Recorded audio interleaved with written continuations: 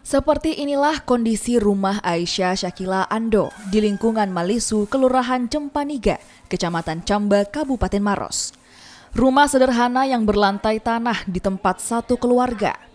Aisyah Syakila Ando, anak dari pasangan Daeng Ando dan Ashanti Putri, menderita spina bifida atau benjolan di punggung.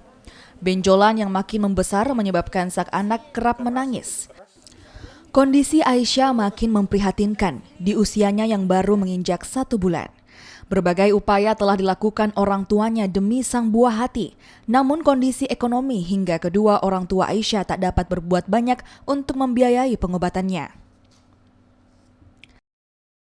Soal biayanya gimana? Kendalanya Ibu di mana Bu? Apakah Di soal biaya itu saya kendala karena disediakan uang sebesar 10 juta.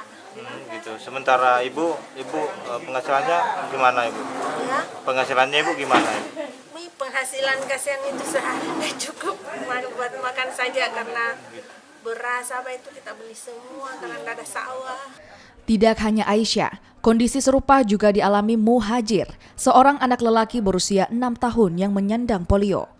Orang tua kedua anak itu masih keluarga dekat dan tinggal bersekatan rumah. Masing-masing keluarga menempati rumah dengan kondisi yang sama. Keterbatasan biaya juga membuat orang tua Muhajir tidak dapat berbuat banyak. bagaimana kondisinya Bu? Ini tidak bisa duduk, tidak bisa jalan, tidak bisa bicara. Sementara sudah usia berapa Ibu? 6 tahun. Sudah 6 tahun Ibu. Jadi selama ini gimana Bu? Ini merawat anaknya? Iya, begitu saya kasih minum susu. Sempat mau bawa ke rumah sakit Ibu? Sempat tapi itu biaya terkendala. Tidak punya biaya Ibu ya? Orang tua Aisyah dan Muhajir kini dapat bernafas lega seusai Panglima Daerah Militer 14 Hasanuddin, Majen TNI Andi Muhammad berkunjung di kediaman masing-masing. Bantuan pengobatan akan diberikan termasuk dibangunkan rumah layak huni. Di beberapa daerah di Provinsi Sulawesi Selatan, khususnya di Maros, ini banyak ya anak-anak yang mengalami gizi buruk atau stunting.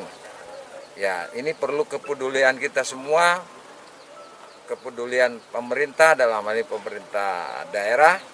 Dan saya kebetulan dilapori, ini bagian dari tanggung jawab kita sebagai TNI khususnya Angkatan Darat. Saya tanya pekerjaan orang tuanya ya buruh harian, nggak mampu. Lihat kondisi rumahnya juga masih berlantaikan tanah. Seadanya itu mungkin tidak layak. Dan saya juga menyampaikan bahwa insya Allah nanti rumahnya kita sekalian kita bongkar dan kita bangun untuk layak untuk dihuni lah nanti. Bantuan yang diberikan Pangdam 14 Hasanuddin membuat keluarga Aisyah dan Muhajir bersyukur dan bahagia. Selain membantu biaya pengobatan, mereka akan dibantu membangun rumah tinggal layak huni.